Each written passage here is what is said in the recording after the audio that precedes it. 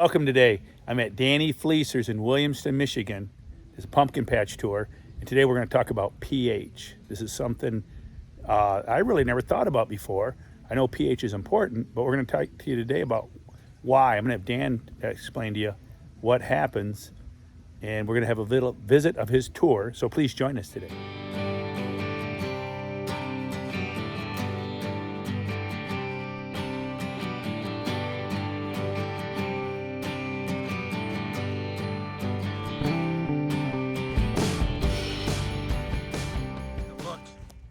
At Danny's garden, look at this beautiful plant here. Is that one plant? That's field pumpkins on the back end. There's two little ones, they're field pumpkins. Yep. But that big one, isn't that one big plant? Yeah, that's 40-some feet wide. Wow.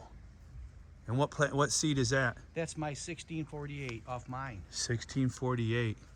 Now, and these are your field pumpkins? Yep. There's two. These ones are all off the Paul field pumpkin. Paul? Michael Paul, yep. Michael Paul from Wisconsin. Yep, from Wisconsin, yep. All right. I'm going to show your face. I know whether you want to be in on it or not because that's okay. People like to see a face. So, in a video. But anyways, so Michael Paul from Wisconsin. Okay, we'll do a shout out to him. The two backs are his 128s that produces monsters, and these are his 170s in the front. Okay. They're just a very aggressive plant, and I didn't expect them to be this far along already, but they are. And you're talking about pH and you're talking about pH in your water. Now your pumpkins have always gone light. Yes. Now we've talked about that. Okay. In the past, I thought it was due to your trees. I thought your trees, you're not getting enough sunlight, but it's not the trees. You weren't pH in your water. Yeah, and my water's like 8.2. The pH in my water, 8.2, which is extremely high and alkaline. Yep. So that makes sense that the plant's not taking in all the nutrients. Yep. It's only taking in 60% of the nutrients instead of 100%. So you're going to have a thin-walled pumpkin. Yep. It's going to be thinner walled. It ain't going to take in the calcium. It's not going to take in. I mean, that's where most of my money's going into pH in the water, but I'm going to try it and see what happens. So this will be interesting. So we got to get back with you at the weigh offs. This year at the weigh offs, we're going to follow Dan.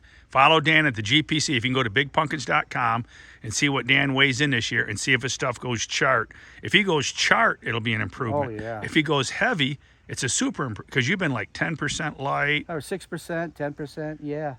And I mean, it wasn't just like genetics one pumpkin. It was like all of them, going light. See, that's really interesting because people think it's about the genetics. It's all about that seed. If I get that one seed and that genetics is going to do it for me. No, it's about the nutrient uptake. Yep. And the seed, both. It's both. But it's more, I would say it's more nutrient uptake than the seed. I agree. You agree with that? We're going to find out this year, aren't we? We're going to find out. So that's really interesting. I was never super serious on pH in my stuff. My stuff, I'd go chart, or I might go 1% light. I never pH'd every watering, and now that you got me thinking about it, let's say you're pHing a pumpkin along, and all of a sudden you say, you know what? I'm not gonna pH this watering and the next watering because I'm busy. I'm busy. And so then what would happen is that pumpkin's used to getting 100%, 100%, 100%, and then all of a sudden it gets a couple of waterings that are only 60% nutrient uptake. So that could actually, it might cause a sag line. It might cause a sag line because all of a sudden it's used to getting this and all of a sudden it gets cut short 40%. So it could, a sag line, or some of you may have heard it called a dill ring, but that is offensive according to Pete and Cindy Glazer. Pete Glazer, do a shout out to Pete and Cindy. That's disrespectful to Howard Dill to call it a dill ring, and we shouldn't call it that. It's a sag line, and I've said this in other videos, but I like to keep that going because Howard Dill, he's the one that come up with the seed line. He worked it out in the 70s and 80s, and if it wasn't for Howard Dill, we wouldn't be growing these pumpkins right now. Yes. Shout out to Howard Dill. Howard Dill. Howard Dill, hooray. All right, now Dan, what else are you doing different this year? Different, and I got see at the end. I wish I had more moisture meters. I'm writing the Irometer moisture meters watermark, and I got one in the ends on both sides. Is that like the Steve Deletis moisture meter? I got a handheld meter system. I hook up to that alligator clips. You hook onto it, and every time you buy one of those in-ground meters, they're like $40 to $50 a piece. So they're a little pricey, but once you got them, you got them. I guess it's gypsum in the bottom that helps with the uptake of the water, where you get your reading from is the gypsum in the bottom of them. And And this one over here and over there, like I said, I was telling Mark over there, that pumpkin plant, they never grown worth of good over there. That's By the tree? That's the 2110 platy way over there. Over there by the road. Yeah, and I've had issues, and I got tree roots, and I put the water, and I like to keep it low and under 10 because 0 is saturated. So I keep it around inside of 10. Well, it could go from 4 to like 27 in like 4 or 5 hours. I got tree roots over there, something taking my water, so I got a separate sprinkler over there. I hit it a few times a day just to keep the moisture in the ground there. Well, you may not want to do this to your trees, but I did it when I was out to the Mitchell farm last year. I rented a trencher, and I rented a trencher so I could build my greenhouses. Well, I went through and I took that trencher down and severed all the tree roots. All the tree roots that are headed out in the patch, I severed them off. So they's gone. And some of them were like this big around. And that trencher chopped them right off. Yeah, it took out a lot of trees here, but that one behind you, that one's a lot of work right there. If I take that one behind you down, that oak's over 100 years old. Let's take a look. This is the tree you're talking about. Yeah, that's a big tree. I remember the one you had out here when you grew the 1704? 1704 out of my 1317 Clements that went 10% light. And we were scratching our head, and there was a big tree out here that Don Van Hootie and Ken Sweet came by the garden that year. Yeah. And saw it. And that big old tree was shading. So are you still getting, do you get a full day sun out here? I get to here. What sucks is right here, I was right over here where the field pumpkins are. I had the 2365 Wolf started there, the best, most aggressive plant. I would have probably had a 700-pound pumpkin on it now. It was just an awesome plant, and the farmer come through and 42D sprayed, got on it, and it just turned right here out to the field. Yeah, it was growing in my. This is always where my best pumpkins have grown. Where the I field know pumpkins these are. farmers, man. It was a windy day, and I walked out the door, and I could smell the 42D instantly. Yeah, these farmers, they don't give you any respect on that. They won't give you. You had to get it done, but I wish they don't give you a notice and tell you what day they're coming. No, well, what happened was I think the farmer has somebody else do the spraying for him. So when he's in the area, he just does it. The farmer don't do it. He contracts it. When I was out there at Mitchell Farm, I asked him, "Could you let me know when you spray?" Nope, we can't let you know. And I'm like, "What? What do you mean you can't let me know?" Because I'd go out there and turn sprinklers on. I'd run sprinklers while they're spraying. Is what I would do. I did it too. I caught them. They still didn't save it. But did you have the sprinklers going before they No, sprayed? first run. Yeah, but see, luckily, if you start the sprinklers before they spray and while they're spraying, yep. I think, wouldn't that stop it? I thought it would too. But these other plants made it. Must have got a good whiff. That plant made it. That middle plant made it, and the end plant made it. They all And that plant, but that plant there's gorgeous. I got to get a better look at this. Look at this plant. This plant, you people, you got to see this. That plant is gorgeous. Look at the leaves. Look at the green, beautiful leaves. Those are gorgeous, and they're not bloated. They haven't had much issue with sunburn this year either on them. They're not bloated. I noticed Patton's. I looked in their diary on bigpumpkins.com, and I mean, I know they know what they're doing, but those leaves look almost bloated, don't they? They're going to the max on them. I think. They look pretty like they're going to crust out early. My problem is if they get that dark green, rough-looking leaf, that it's going to age prematurely. And you're not going to have any plant come September because the leaves are going to be. I've done it before. When I grew my 1704, the same year we both grew 1704s the same year, me and you. Yeah, yep, I remember that. Yep. And that was Squidward, my Squidward pumpkin. Those leaves were just bloated with nitrogen. And this is all overhead watering. This ain't drip irrigation, I do all overhead, and the leaves still look pretty good, Yeah, that plant's just gorgeous. That's just gorgeous, man. Look at that plant. Look at those leaves. Kudos to you, man. You're rocking. It's July what? July 17th. July 17th. You're rocking. Now, we didn't talk pH numbers. Now, Dan didn't actually tell me, but I'm assuming he's doing his pH between 6.5 and 6.8. Those are the honey numbers from what I'm told. So really, but I wanted to mention this, that, there's different ways to lower your pH. You can use acid, citrus acid. You can go to like advanced nutrients. They've got the most potent one. Probably the most economical if you're going to go that route. But lowering your pH, that's another video. But we're talking about when to start. You should start very in the beginning. Start in the beginning when the plant's little. pH in your waters, because the plant tissue, leaves, all of it is absorbing the calcium, the nutrients, all of it. And then your fruit development, I think one of the biggest mistakes people make is they don't start feeding the pumpkin good. I heard guys say, I'll start feeding the pumpkin good when it gets like basketball size. Then I'll start laying on the goodies. No. Back up. You want to do that early on when you're growing the plant. And when that fruit is the size of a marble, it's developing its wall thickness. So if you wait till it's cantaloupe size, it's too late. You need to start these nutrients weeks before fruit development. Okay, just my advice. I wanted to throw that on the video. And your pH sweet spot from all the people I talked to is 6.5 to 6.8. All right, that's what you're shooting for. All right, keep them going. This is the 2114 Wallace. Yep. It looks like he is 29 days old today. 29 days old. Nice. She's nice. That's a nice pumpkin. Nice, and it's wide, reasonably tall. It's got some length to it. Yeah, that's got a lot of potential. And it's going to be orange. Yeah. Orange. Orange, you glad? Yeah, orange. They're all orange. They're all orange. Yeah, they're all going to be orange. Dan, don't grow them if they ain't orange. Got any squash going? On the other side of the house. Oh, on the other side. Other patch. Yeah, your other patch? Yeah, it's a lot of work. Dan's retired. Yeah. You going fishing next year, I hear? Yeah, I might take a break next year. More golf. Golfing. You're going golfing. And over there, I got Trombley's bushel gourd growing on the other side over there. It'll be should get a set on that in a week. It's a really nice looking plant. You're going golfing. I told a guy the other day, asked me, a guy I was going in the Home Depot, and a guy says, "Hey man, what are you doing? You going golfing?" I said, "No, golfing's for people who don't know how to grow giant pumpkins and don't know how to fish, because those two things take up my time." But yeah, that's a looker, man. 2114 Wallace. We'll do a shout out to Ronnie Wallace. Yeah, it's a nice seed. I selfed it too. I know a lot of big ones have been selfed and off it, and a lot of people don't like to self, but I self this. This is the only one I self. It's either going to be really good or really bad. Yeah. It's looking really good. You'll either have a pumpkin with webbed feet, or you'll have a champ. It's gonna have to be pulled next week too. It's starting to get a little bit of kink. It's just starting to, so I got to pull it next couple days forward. All right. Let's long gourd video.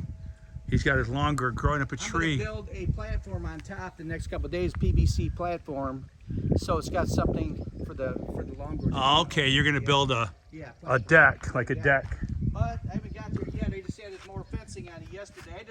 You got plant on the ground, so this is rooted in down here, it's all rooted. and then in here, and then it vines up the tree. There's your long gourd. Nice. We got, what plant is this? My 1648. This is the 1648. All right. And what do you got? Another orange. Orange, you glad? Another orangey. Check this out. There we go. She's not really cranking it up, but I think she will soon. She's 18 days old. She's gonna shape just like an apple. All right, just shape just like an apple. Another orange one. Yeah. Another orangey glad. Wow, and look at the plant. This is that big monster plant. It's just, oh my goodness. If you keep this humping, this baby's got juice all the way to October 1st. I went through today. One thing that a lot of people you got to do is, this is the time of year, go through and take the water and take your dirt off your main vines. Oh yeah. I had a few little small spots. I go through with sulfur and just sprinkle sulfur. You see where I put there's sulfur. Yeah, okay. And the plants love the sulfur too. But you unburied them because they were starting to maybe get mushy. I always do it. I don't want to see. I want to see what's going on in there. Yeah, you don't want to keep your vines buried all summer. No, I do. Even Ronnie Wallace unburies his vines. This time of year, they always get uncovered. Uncover your vines, people. Don't keep them buried all summer. If it looks like you got rhubarb planted in your ground and you can't see these main vines, you're definitely overburied. See, that bottom root is tapped in. With all this plant, I don't believe you need to have that extra top root. That was a pumpkin I took off from right there. That's why that spot's like that. Gorgeous. Gorgeous potatoes. What kind of potatoes? They're red and russets, I think. Red and russets. Yep. All right, nice. These are marrows. Marrows, okay. There's some marrows. These are on the bags. These are bags of marrows. Can't remember what they are. Which ones are they? They are they should say, here they are, the 187. 187 bags. Yep. All right. Looks like you got her in the bag, man. Looks like we might have some rain coming in. Yeah, we could use it. Here you go. That is, the rainwater's the best. That's Yeah. pH. It's pH perfect typically. I like the Plenty. It's not as long, but she's really starting to take off nice. That's too. the 2110. Yep. Well, that's surprising. It's not long because the mom was so long. Mama's long, and I wonder the 1686 stouts it was crossed with. Maybe he's showing a lot of the father characteristics of it. See, if you're new to growing, your mommy and your daddy, that's probably evidently took some characteristics from the daddy. But she's another yellow one. She's another yellow, which means she's going to turn orange. Orange, you're glad again. But that's, yeah, I'm surprised that's not a longer pumpkin. It's taking on daddy's traits. We'll see how that turns out. All right. Another super big plant, but Yeah, this is a smaller plant. What do you think? It's probably 600 feet, Yeah. 700 feet? it's still growing, and I've had issues with this brittle snapping off secondaries because they want to get a kink and go straight up in the air. They go in and go up. So I've been digging underneath them and trying to go lower, even though I might mess a root up behind it. Still, I'm trying to get my secondaries a little longer in here. This is a small plant. If you're new to pumpkin growing, this right here is considered a small plant. All right, I'm going to show you what a small plant is, because some people think they see these 150 plants and they think that's a small plant. No, this is a small 600 to 700 square foot plant. And then what's that one in the middle? That one's got to be over 1,000. Oh yeah. Way over 1,000. So Yeah, there you go. I'm still filling it in, so it could be 1,100, 1,200 when it's done. Plant comparison. 50 square foot contest. Yep. It looks bigger than that. There's got to be more than one plant in there. No, that's 10 by 15 area. See the board? Yeah. Okay, right here. 10 Yeah. by 15 right Yeah, here. Yeah. Right here, but not this over That's here. a squash. Oh, that's a squash. Yep. So here's your 10 by 15, 150. Okay, all right. We're She documenting this for bigpumpkins.com. Yeah, she is a 4th of July pumpkin. There. Yeah, but the first I broke the main vine on it trying to adjust the vine earlier, and You pollinated on the 4th? So I got a 4th of July. Did you break out the 5th? She's a little firecracker. That's what she is. Yeah. There you go. Yeah. Bang, bang. Bang, bang. What's that in the middle there? The on the leaves, what's that? I had some issues that I think I've grown out of it, I hope. I don't know what it is. Maybe it was some kind of deficiency. Is that chemical spray or is that just I don't developed? think it's chemical spray. She's 25 days old and she's a huge one. 25 days old squash? Yeah, Oh, she is small. yeah, but she just started taking off. All right. What seed is this? Huh? This is a squash. If you're new to pumpkin growing, the green coloring makes it a squash. Yep, Strictly a color ruling. 1838 Jutras. 1838 Joey Jutras, the man, the legend. She's starting to green up a little. She was really light colored. She is starting to green up. Look at that stem. Yeah, she had a Wow. fused. Nice. You see the secondary that was right here on the stem Yeah. and it's going over there, but it quit on me. Wow, that's an unusual stem, that light curve. I like that curve. It's pretty cool. And look at, wow, that is kind of strange. You might end up having to trim that off of there. I might end up. You might have to trim it off like right here. Yeah. It Just ain't- keep it from deforming the edge of the since it pumpkin. ain't growing anyways, you know, Right. it just shut down on it. I was hoping to have that secondary back, feeding it. But she's doing Nice. good. Nice.